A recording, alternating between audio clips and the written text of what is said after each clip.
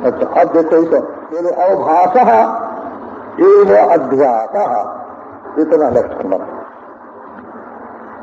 हम लोग पहले जब पढ़ते थे ना तो छोटे से शुरू करते थे बात को। हमको खंडान्वय ऐसे श्लोक का अर्थ लगाने का अभ्यास था, दंडान्वय से श्लोक का अर्थ लगाने का अभ्यास कम था और खंडान्वय से ज्यादा था। बचपन में ऐसा था। ये श्लोक का अर्थ लगाने में एक दंडान्वय होता है और एक खंडान्वय होता है। तो अवभाषा ये खंड लक्षण हुआ। अब बोले भाई कि अवभाष तो बौद्ध भी मानते हैं, अवभाष ही अध्यास है। ये प्रत्यय सत्य सब प्रत्यय ही है, ये घटक प्रत्यय है, ये मठक प्रत्यय है। प्रत्यय भान तो सृष्टि भास मात्र है, ये बात तो बौद्ध भी मानते हैं और तुम भी मानते हो। तो तुम्हारे अंदर और उनके अंदर फर्क क्या है? तो असत ख्याति हो गई ना, है ना? जो चीज नहीं है वही सबके रूप में भाग रही है। जो चीज नहीं है वही भाग रही है। तो बोले नहीं नहीं, ये असत ख्याति नहीं है। ये क्या है? बोले परत्र अवभाष, किसी में किसी का अवभाष। ले लो, अब ये लक्षण बनाया। दूसरा माने साधिष्ठान ब्रह्म, निरधिष्ठान ब्रह्म नहीं। आकाश में नीलिमा का भ्रम होता है, रज्जु में सर्प का भ्रम होता है, किसी में किसी का भ्रम होता है। तो अन्य में अन्य का भ्रम होना, इसका नाम अध्यास है। अब दूसरे में दूसरे का दिखना, ये अध्यास है। तो मोहन को सोहन समझ लिया, ये अध्यास है। पर मोहन है ना, मोहन नहीं है तो बात नहीं। अगर कोई मोहन नहीं हो तो मोहन को सोहन समझ लिया, ये भूल कैसे होगी? एक आदमी वहां है, उसमें भूल हुई। वो आत्म सत्ता है, ब्रह्म सत्ता है, और उसमें ये जो प्रपंच सत्ता अवभासमान हो रही है, तो ये तो बोले कि ऐसे ही क्यों नहीं मानते कि प्रपंच सत्ता है और वो मालूम पड़ रही है? सब प्रपंच है ना, सत्ता ही जो है वो प्रपंच के रूप में दिखाई पड़ रही है। तो जो है वही ख्यात हो रहा है, सब ख्याति है ना? जो है वही दिख रहा है। तो ऐसे लोग मानते हैं कि सीप में चांदी है और वो दिख रही है। देखो, अनंत में शांत है और दिख रहा है। ऐसा अनंत में शांत का कोई स्थान नहीं है। अविनाशी में विनाशी है और दिख रहा है। अविनाशी में विनाशी काल नहीं है, विनाशी का कोई काल नहीं है। और परिपूर्ण में अनंत में शांत का कोई स्थान नहीं है। अनंत में शांत का स्थान नहीं है और अविनाशी में विनाशी का काल नहीं है और सत्ता में व्यक्तित्व नाम की वस्तु नहीं है। नारायण। और आत्म ब्रह्मास्त्र आत्मा में दृश्य नाम की कोई वस्तु नहीं है। ये भास रही है, भास रही है। अच्छा, तो भास रही है तो कैसी भास रही है? केवल स्मृति रूप है। अब स्मृति रूप का हिंदी में अर्थ दूसरा है और यहाँ संस्कृत में अर्थ दूसरा है। स्मृते है रूपमिव रूपम यस्य। ये स्मृति सरीखा है, इससे सादृश्य बताते हैं। पहले देखा, पहले देखा, पहले देखा, पहले देखा है? तो आपको एक बात वेदांत की ये भी सुनाता हूँ कि वेदांत में स्मृति को प्रमाण नहीं माना जाता। स्मृति माने मनुस्मृति, याज्ञवल्क्य के स्मृति से मतलब नहीं है, वो तो धर्मशास्त्र की बात है। स्मृति माने याददाश्त। जब तक हमारी याददाश्त प्रमाण से सिद्ध न हो तब तक हमको ऐसा याद आता है कि ऐसा याद आने से कोई प्रमाण नहीं हो जाता। तो स्मृति रूप कहने से अभिप्राय क्या है? स्मृति रूप कहने का अभिप्राय ये है कि प्रमाण जन्य जो ज्ञान है, उस ज्ञान के अभाव में भी वस्तु फिर रही है। माने हमको आंख से जैसी चीज दिख रही है उसके विपरीत कोई चीज याद आ रही है। प्रमाण जन्य ज्ञान के विपरीत, प्रमाण जन्य ज्ञान से विलक्षण किसी वस्तु का स्मरण हो रहा है। माने संसृज्यमान काल में जो वस्तु नहीं है, नेत्र जब विषय को देख रहा है उस समय वो वस्तु नहीं है, तो वो प्रमाण कैसे होगी? प्रमाण तो होता है जो प्रमेय का साक्षात्कार करावे। तो जहां जहां प्रमाण का लक्षण बताया गया ना, ये आपको हिंदी में समझाने के कारण हमको ज्यादा बोलना पड़ता है ना। संस्कृत भाषा में ये बात बहुत जल्दी समझ ली जाती है। अच्छा, प्रमाण क्या है? तो देखो,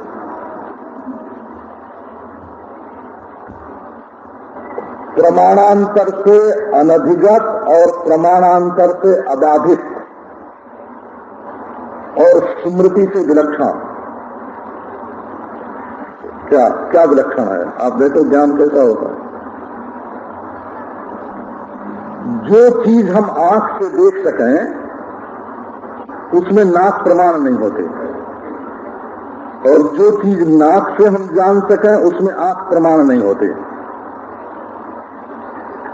तो जो चीज किसी दूसरे प्रमाण से, आंख से, कान से, जीभ से न जानी जाए, केवल नाक से ही जानी जाए, और जो किसी दूसरे प्रमाण से बाधित भी न हो, ऐसी जो गंध नाम की वस्तु है वो नासिका प्रमाण से सिद्ध है। और नासिका जिह्वा आदि से अनधिगत और केवल नेत्र से अधिगत है, और प्रत्यक्ष दृश्यमान जो रूप है ना, वो नासिका से, आंख से, नाक नेत्र से प्रमाणित होता है। प्रमाण माने क्या? प्रमाणांतर से अनधिगत अज्ञात और प्रमाणांतर से अबाधित और स्मृति से व्यावृत। स्मृति रूप नहीं होता, अध्यास स्मृति रूप होता है। अब ये कहने का अभिप्राय हुआ कि स्मृति जुड़ जाने के कारण वर्तमान काल में उसका जो होना है ना, उस होने के साथ संबंध कट गया। देखा कहीं और याद आ रही है कहीं। सांप देखा हुआ है जंगल में और याद आ रहा है घर की रस्सी को देख करके। तो सादृश्य ज्ञान अध्यास में हेतु होता है।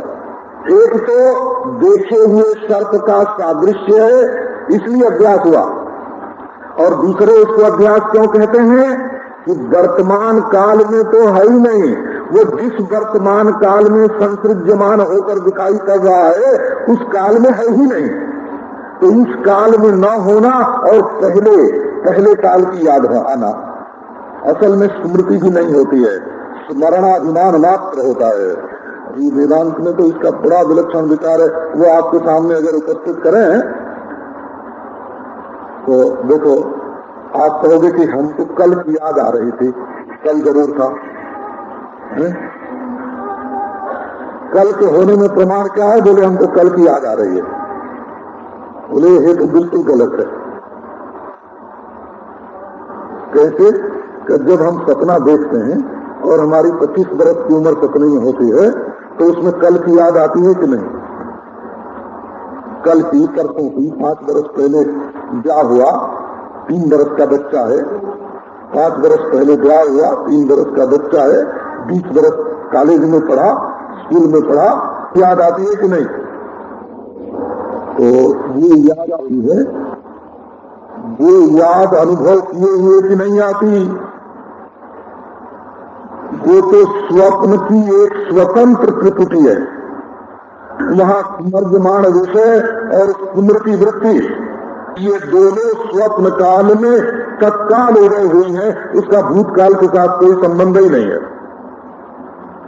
दृष्टि पृष्ठवाद में ऐसे प्रतिपादन करता है कि जैसे स्वप्न की स्मृति तात्कालिक दृष्टि मात्र है, दृष्टि रे दृष्टि, इसी प्रकार तुम्हें इस समय जो फुर रहा है ना नारायण, वो स्वप्नवत बिना बिल्कुल हुए अनुभूत की स्फुरना हो रही है। अरे मेरे बाप, तो तुम वेदांत को बच्चों का खेल नहीं समझना है ना। स्मृति रूपः परत्र, परत्र का अर्थ हुआ कि भ्रम जब होता है जब साधिष्ठा नहीं होता है, तो सत्ख्याति को भी काट दिया स्मृति रूपा करके, और परत्र करके असत्ख्याति को भी काट दिया। अब देखो उसका स्पष्टीकरण करते हैं पूर्व दृष्टावभाषा, पहले देखे हुए का अवभाग। अच्छा भाई, पूर्व पहले देखे हुए का अवभाग, तो पहले का देखा हुआ सच्चा देखा हुआ कि झूठा देखा हुआ? देखो अध्यास में ये नियम ही नहीं है कि सच्चा देखा हुआ हो कि झूठा देखा हुआ हो। संक्षेप सारी रखने इसका विवेचन करें। श्री सरस्वती स्वामी ने भागवत की टीका में स्वतः सभी टीके ननुतर्क वेद स्तुति में, वेद स्तुति की टीका में इसका विवेक किया कि ये जो हमें स्मृति होती है वो सच्चे देखे हुए की स्मृति होती है कि झूठे देखे हुए की भी स्मृति होती है? जादू के खेल में देखे हुए पदार्थ की स्मृति होती है कि नहीं होती है? दो वृक्ष एक साथ दूर दिखाई पड़ रहे हैं, उनके अभिवेक की स्मृति होती है कि नहीं होती है ना? अच्छा, सपने की स्मृति होती है कि नहीं होती है? तो सपना क्या सच्चा था? तो देखो, अध्यास होने के लिए पहले से देखी हुई सच्ची चीज की जरूरत नहीं है, चाहे झूठी देखी हो चाहे सच्ची देखी हो। झूठी चीज देखी हुई भी अध्यास का कारण बनती है। तो पूर्व दृष्टावभाषा कल बताएंगे, हमारा बंद हो गया, काल ही पूरा हो गया। बड़ी विलक्षण बात है ये तो। वो कहते हैं अहम प्रत्यय भी असत्य है और इदम प्रत्यय भी असत्य है? प्रवृत्ति विज्ञान भी असत्य है और अहम विज्ञान आलय विज्ञान भी असत्य है। और आलय विज्ञान का प्रवृत्ति विज्ञान में और प्रवृत्ति विज्ञान का आलय विज्ञान में, है ना, असत्य ही है दोनों, और दोनों क्षणिक ही हैं। असल में इसमें वस्तु का नास्तित्व तो सिद्ध होता है। आप देख लो, आपको इस सिद्धांत में कहां स्थूलता है वो पकड़ो। वस्तु का नास्तित्व सिद्ध होता है और वृत्ति का नास्तित्व भी सिद्ध होता है, परंतु काल का नास्तित्व इसमें सिद्ध नहीं होता है। प्रथम काल और द्वितीय काल नारायण बना रहता है। नहीं, क्षणिकता ही सिद्ध नहीं हो जाएगी। क्षण के बाद क्षण, क्षण के बाद क्षण, क्षण के बाद क्षण, तो क्षण जिसके अवयव हैं वो काल मिथ्या कहां से सिद्ध होगा? वो उसकी पकड़ की कमी है ना। परंतु वेदांती लोग इसको नहीं पकड़ते हैं। तो बोले चलो तुम वस्तु मिथ्या सिद्ध करते हो, हम मानते हैं, और तुम प्रत्यय सिद्ध को मिथ्या सिद्ध करते हो का ये भी हम मानते हैं। और ठीक है, प्रत्यय भी मिथ्या और वस्तु भी मिथ्या, परंतु इन क्षण क्षण में उदित होने वाले और विलीन होने वाले, उदित होने वाले और विलीन होने वाले, उदित और उदित संस्कृत में दोनों शब्द बनता है, दीर्घिकार से भी बनता है और ह्रस्वईकार से भी बनता है। अभ्युदीता भास्करः अभ्युदीता, बड़ी ई से भी धातु है और छोटी ई से भी धातु है। तो आओ अब देखो कि क्षण क्षण भास रहा है, किसको भास रहा है? आलय विज्ञान और प्रत्यय विज्ञान उदित होते हुए और विलीन होते हुए दिख रहे हैं। किसको दिख रहे हैं, किसमें दिख रहे हैं? वो अधिष्ठान हैं। यही उनकी गलती है। हम काल नहीं पकड़ते। यद्यपि बौद्ध मत में क्षण का उदय विलय होने के लिए, प्रत्यय का उदय विलय होने के लिए स्थान भी चाहिए और काल भी चाहिए, और प्रकाश रूप वो एक रस ज्ञान चाहिए जिससे दोनों प्रत्ययों की सिद्धि होती है। तो उनका अध्यास इस तरह का। अब देखो हमारे सांख्यों का अध्यास, अरे वो अध्यास नाम नहीं ले तब भी अध्यास है। वो कहते हैं कि जड़ चेतन दोनों सच्चे और उनका परस्पर अध्यास है। जिसको वे अविवेक मानते हैं ना, इतरेतरा विवेक जिसको बोलते हैं, कि चेतन अपने को जड़ पर बैठ गया है और जड़ चेतन पर चढ़ बैठा है, दोनों सच्चे हैं। सत्य सत्य का अध्यास है ना। अब वेदांती कहते हैं कि एक सत्य और एक असत्य का अध्यास है, और सांख्य कहते हैं कि दोनों सत्य का अध्यास है, और बौद्ध कहते हैं दोनों असत्य का अध्यास है। अच्छा, और दोनों सत्य हैं तो जड़ चेतन का अध्यास है, और दोनों सत्य हैं तो कार्य सत्य और कारण सत्य का अध्यास है। तो बात जरा फैल जाएगी, परंतु इस बात को अध्यास समझने वालों के लिए ये समझना बहुत जरूरी है। और ये बात लौकिक है, बिल्कुल पारमार्थिक नहीं है। पारमार्थिक बात तो मैं बाद में सुनाऊंगा। अच्छा देखो, ऐसा समझो कि एक सत्य का दूसरे सत्य के साथ अध्यास हो जाता है। जैसे हम घड़े को देखते हैं तो मिट्टी तो उसमें है ही है, तो उसमें कारण सत्य मृत्तिका है और कार्य सत्य घटाकार है। तो मृत्तिका में घटाकार का आरोप ही हुआ है, क्योंकि आप जानते हैं एक बार शास्त्रार्थ हुआ हो, नैयायिकों ने सिद्ध किया कि मृत्तिका में घट नाम की एक वस्तु होती है ना? तो वेदांती ने कहा कि और सब बात हो, आओ खरीद लें, है ना। और मिट्टी का दाम 5 रुपया है, लाओ हमें दो। अच्छा घड़ा तुम्हारा, तुम बोलो कितना दाम का? हमारे घड़े का दाम भी 5 रुपया। कब बोले कि ठीक है, हमें तुम्हारा घड़ा लेना पसंद नहीं है, हम अपनी मिट्टी ले जाते हैं, तुम अपना घड़ा ले जाओ। अब बोलो क्या मिलेगा? है? तो है ना, कारण रूप मृत्तिका में कार्य रूप घट की जो सत्ता है, देखो घड़े का न अलग स्थान है, उस शेर भर उपादान रूप जो मृत्तिका है तौल लो घड़े को, वो जो मिट्टी है उसमें सकल गढ़ी गई है, माने आरोपित है, थोपी गई है सकल, उसमें थापी मार के, है ना। सकल कोई चीज नहीं है, तत्व नहीं है। तो घड़े का वजन अलग नहीं है, घड़े का स्थान अलग नहीं है, और मिट्टी की आयु में घड़े की आयु अलग नहीं है। देशतः भी घट पृथक नहीं है, कालतः भी घट पृथक नहीं है, उपादानतः भी घट पृथक नहीं है। तो वाचारंभणम विकारो नामधेयम मृत्तिके तेव सत्यम, मृत्तिका सच्ची है और विकार नामधेय मात्र है। आप वेदांत की ये बात जानते हो। तो आप देखो, कार्य का कारण में अध्यास हुआ अथवा कारण का कार्य में अध्यास हुआ, और दोनों को कहो सत्य, तो दो सत्य में कोई भेद तो बताना पड़ेगा। सत्य दो क्यों आखिर?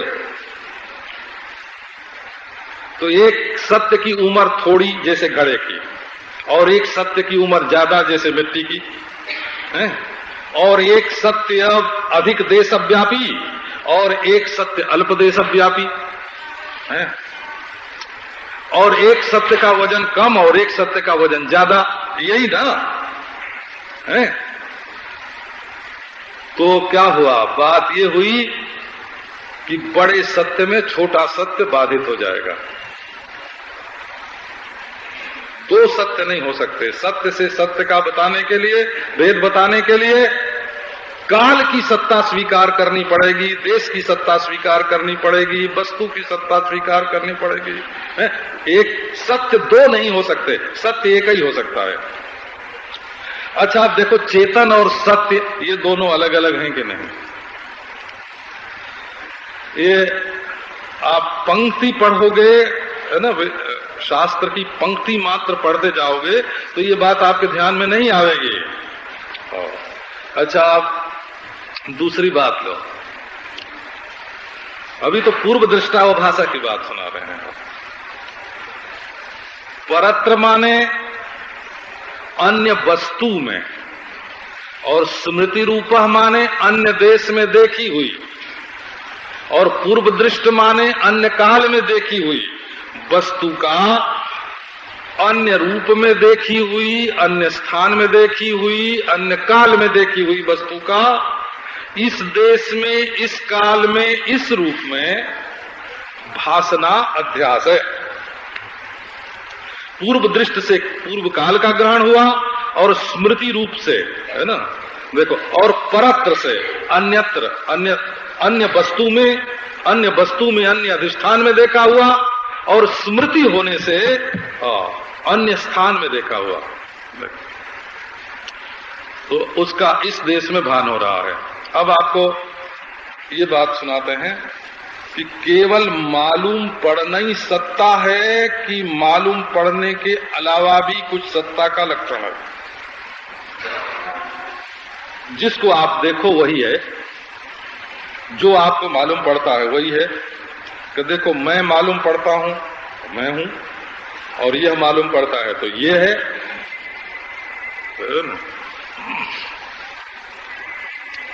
तो केवल प्रकाशमानता ही सत्य है क्या?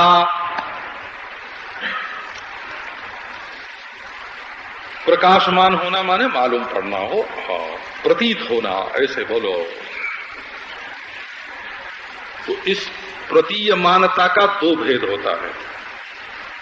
स्फुरत्ता जो है, स्फुरत्ता, स्फुरण रूपता, दो भेद है। तो ऐसी चीज का मालूम पड़ना जो यहां है वहां नहीं, और वहां है यहां नहीं, और है ना, अब है तब नहीं, और तब है और अब नहीं, यह है और वह नहीं, और वह है और यह नहीं।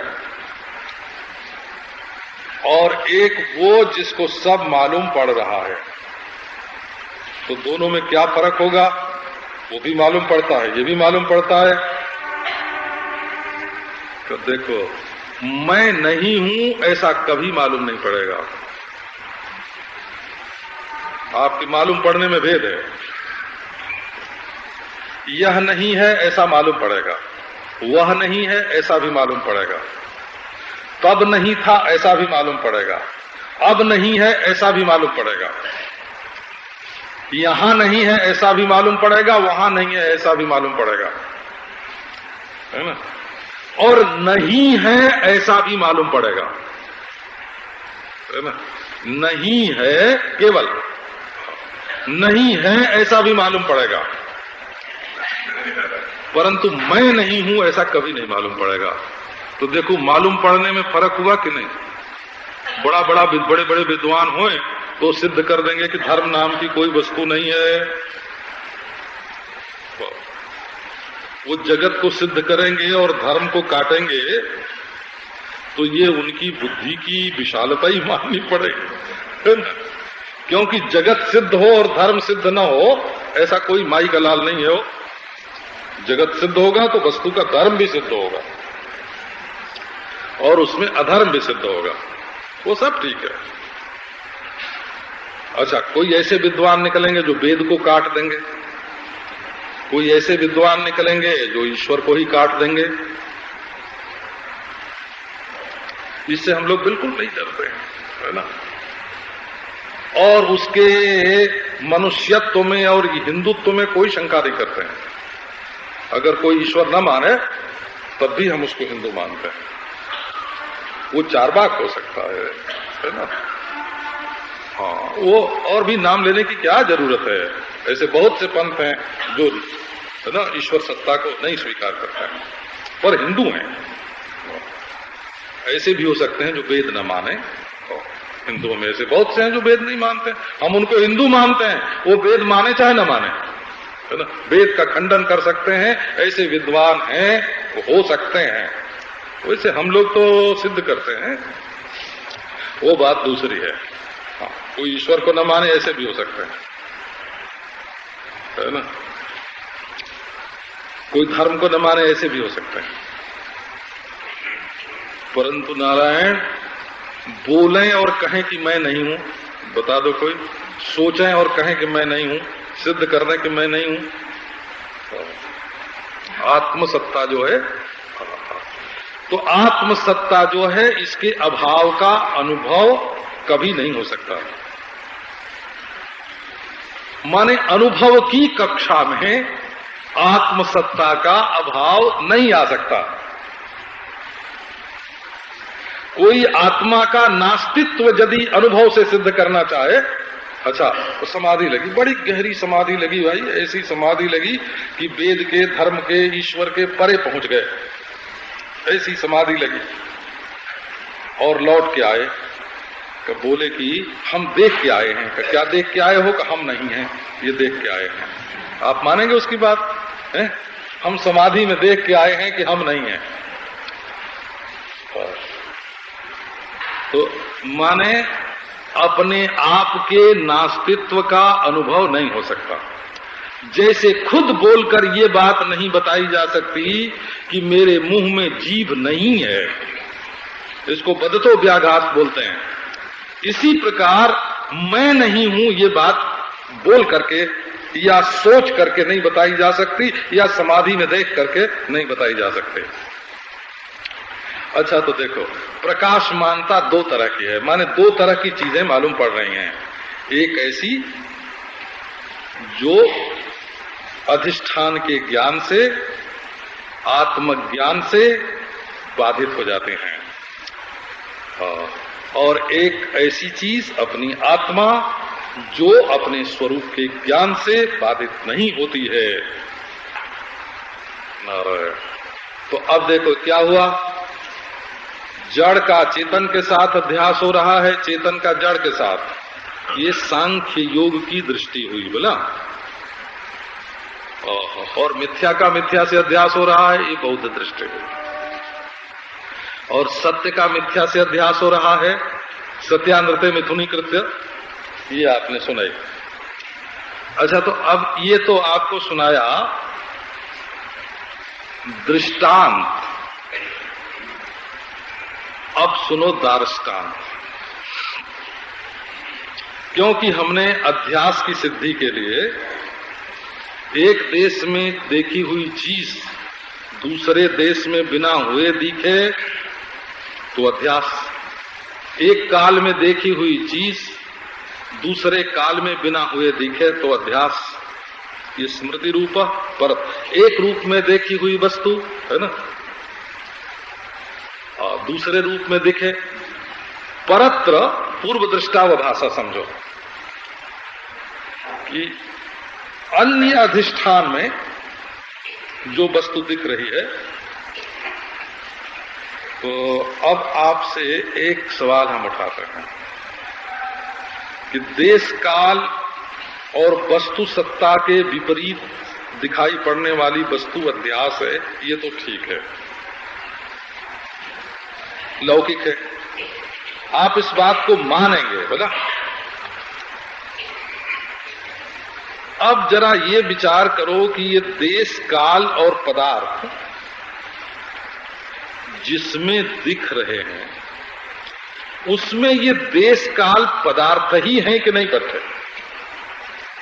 जिनका आधार लेकर के आपको अध्यास सिद्ध किया। अब ये ब्रह्म दृष्टि हुई हो, है ना। जिसमें काल की कल्पना होती है और जो काल की कल्पना का प्रकाशक है, जिसमें देश की कल्पना होती है और जो देश की कल्पना का प्रकाशक है, हाँ, जिसमें वस्तु की कल्पना होती है और जो वस्तु की कल्पना का प्रकाशक है। हम दो विभाग करके आपका जानबूझ के ऐसा वर्णन कर रहे हैं। एक है अनंत। अनंत माने जो काल की सीमा में नहीं आता, जो देश की सीमा में नहीं आता, जो द्रव्य की सीमा में नहीं आता। आप देखो तो ये देश, काल और द्रव्य, काल अनादि और नित्य है। तो काल की अनादिता की जब हम कल्पना करने लगते हैं तो अनादिता का प्रत्यक्ष नहीं होता है, कल्पना होती है। आप बिल्कुल स्पष्ट रूप से ये बात जान लो। कल्पना की अनादिता का प्रत्यक्ष नहीं होता, काल की अनादिता का प्रत्यक्ष नहीं होता, काल की अनादिता की कल्पना होती है। और काल की नित्यता का भी प्रत्यक्ष नहीं होता कि हमेशा रहेगा काल, उसकी अपने चित्त में कल्पना होती है। इसी प्रकार देश की अनादिता और देश का विस्तार, देश का ओर छोर, ये कभी प्रत्यक्ष का विषय नहीं होता, ये केवल कल्पना का विषय होता है। और इसी प्रकार वस्तु का जो कार्य कारण भाव है वो किसी भी इंद्रिय के द्वारा प्रत्यक्ष नहीं होता, केवल कल्पना का विषय होता है।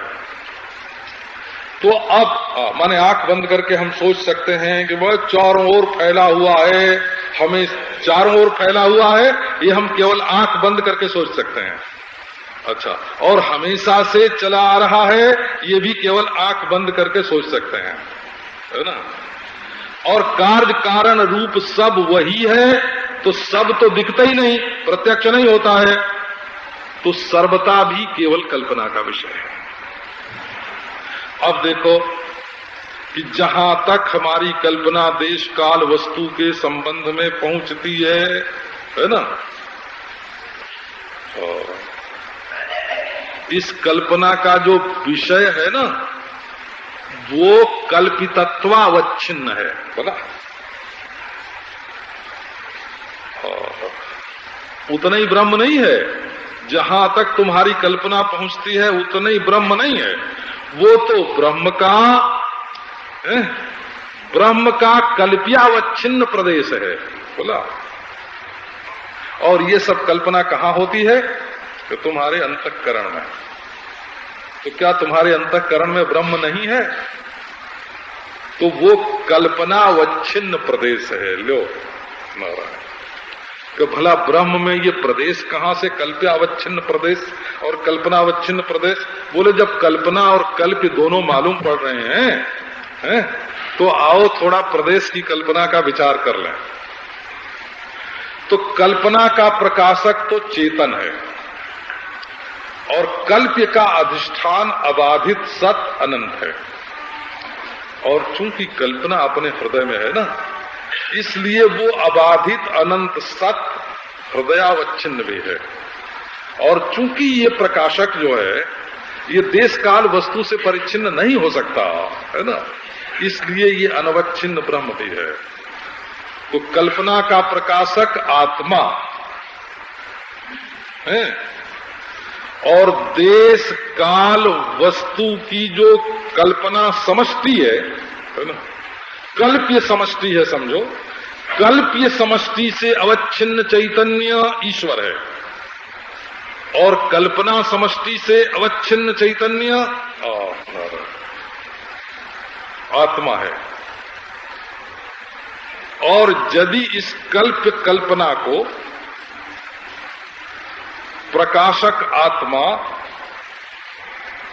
और नारायण कल्प्यावच्छिन्न चैतन्य दोनों के साथ एक करके देखें ना, इस प्रकाशक आत्मा को और कल्पनावच्छिन्न चैतन्य को कल्प्यावच्छिन्न चैतन्य के साथ एक करके देखें। क्यों एक करें? इसलिए कि इसमें भी देश काल वस्तु नहीं है और उसमें भी देश काल वस्तु नहीं है। तो देश काल वस्तु संसर्गा नवगा ही चैतन्य के रूप में, सत के रूप में यदि वस्तु का अनुभव करें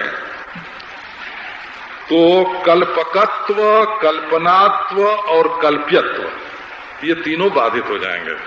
और जब तीनों बाधित हो जाएंगे तो अद्वितीय ब्रह्म की सिद्धि हो जाएगी। बोला, तब ये मालूम पड़ेगा ये जो देश काल वस्तु हैं, ये देश उस वस्तु में भास रहा है जिसमें लंबाई और चौड़ाई नहीं है, उसमें लंबाई चौड़ाई भास रही है। तो देखो, जिसमें लंबाई चौड़ाई नहीं है उसमें लंबाई चौड़ाई भासती है, इसलिए लंबाई चौड़ाई मिथ्या है। बोला, और आज कल परसों भूत भविष्य वर्तमान जिसमें नहीं है उसमें, है ना, उसमें भूत भविष्य वर्तमानात्मक काल भास रहा है, इसलिए अधिष्ठान ज्ञान से काल नहीं है।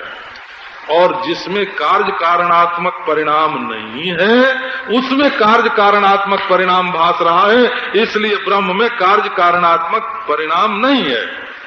तो जब तक ये ब्रह्म ज्ञान नहीं होता तब तक कल्पित देश, कल्पित वस्तु और कल्पित देश, है ना, ये कल्पित सच्चे मालूम पड़ते हैं, परंतु है मिथ्या। और जो आत्म चैतन्य है वो है सच्चा। तो यही सत्य और अनृत का परत्र, देखो, स्मृति रूपा परत्र पूर्व दृष्टावभासा। परत्र माने ब्रह्मणि, प्रत्यक्ष चैतन्याभिन्ने ब्रह्मणि। प्रत्यक्ष चैतन्याभिन्न ब्रह्म तत्व में जहां देश नहीं, जहां काल नहीं, जहां वस्तु नहीं, जहां मैं तू नहीं, जहां कार्य कारण नहीं है, उस परिच्छेद सामान्य के अत्यंताभाव से उपलक्षित, है ना, समष्टि व्यष्टि के अत्यंताभाव से उपलक्षित, देश काल वस्तु के अत्यंताभाव से उपलक्षित, है ना, अनंत अद्वितीय पर ब्रह्म तत्व में ये द्वैत जगत भास रहा है। और इसी द्वैत और अद्वैत को मिला करके परत्र, परत्र का अर्थ होता है अद्वितीय वस्तुनि। अद्वितीय वस्तु में स्मृति के समान जिसका रूप है, मिथ्या दर्शन परंपरा जन्य जो संस्कार है, उस संस्कार से उदित होने वाली स्मृति के समान जिसका रूप है, ऐसा।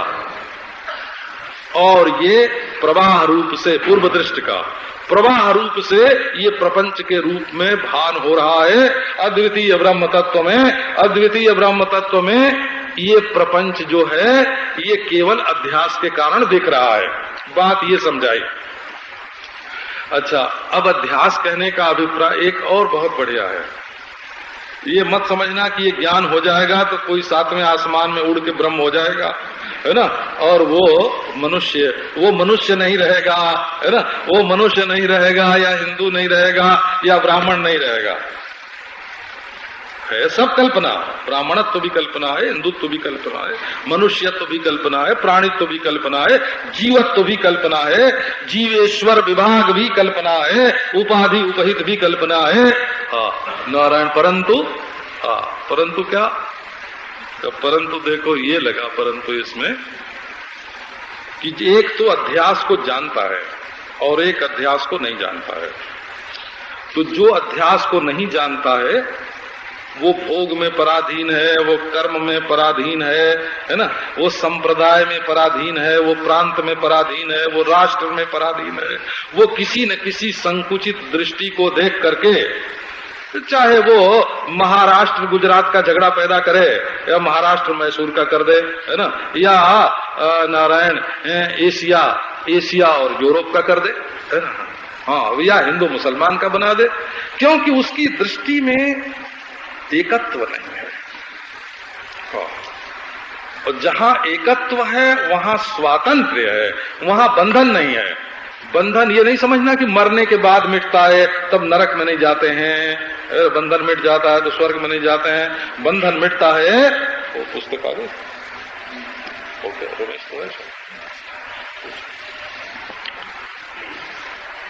तो अब देखो इससे क्या, ये नहीं अज्ञात रूप से अध्यास का होना और अज्ञात रूप से अध्यास का होना, माने बाधित अध्यास का होना और अबाधित अध्यास का होना, इसमें बड़ा फर्क पड़ता है। ये नहीं कि आदमी जब अपने को ब्रह्म जानेगा तो उसके हाथ पांव बिखर के आसमान में फैल जाएंगे। हाँ, ब्रह्म होने का मतलब ये नहीं होता है कि हाथ पांव आसमान में बिखर जाएंगे और अंतःकरण जो है वो उसके चिन्नी चिन्नी होके, है ना, उसका व्यक्तित्व फूट जाएगा। हाँ, व्यक्तित्व का भ्रम फूट जाएगा। हाँ, व्यक्तित्व नहीं फूटेगा। हाँ, इसी से जितने आचार्य होते हैं वो सब तत्वज्ञ होते हैं। हाँ, अच्छा, उसमें भी बड़ा विलक्षण है वो।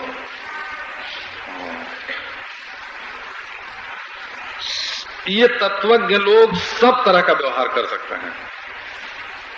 माने वो किसी को एक सालग्राम की बटिया दे सकते हैं कि ये ब्रह्म है, इसकी पूजा करो, और किसी को कह सकते हैं कि ये समूचा राष्ट्र ही ब्रह्म है, भारतवर्ष ब्रह्म है, इसकी पूजा करो। किसी को कह सकते हैं समूचा विश्व ब्रह्म है, किसी को कह सकते हैं हिरण्यगर्भ ब्रह्म है।